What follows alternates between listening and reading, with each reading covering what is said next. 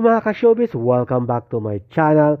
20 million followers ang nakuha ngayon ni Kathryn Bernardo kung saan bumulusok ito at unti-unting tumataas ang kanyang followers dahil sa kanyang pagbulgar at paglabas ng statement tungkol sa hiwalayan nila ni Daniel Padilla bilang mag-love team at magkarelasyon boyfriend at girlfriend. Ibig sabihin nun, maraming nakasimpatya at maraming naniniwala kay Kathryn Bernardo sa kanyang statement against sa paghihiwalay with Daniel Padilla.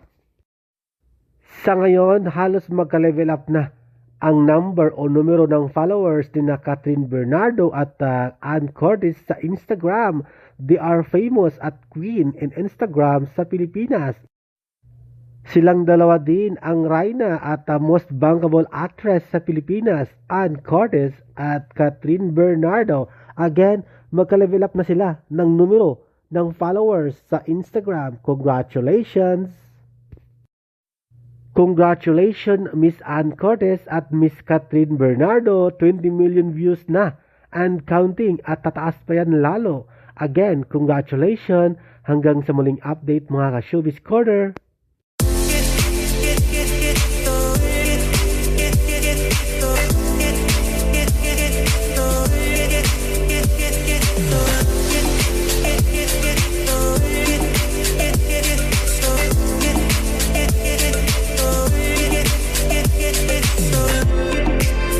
Thank you for watching, guys. See you in the next video and update. Please like and subscribe to my channel.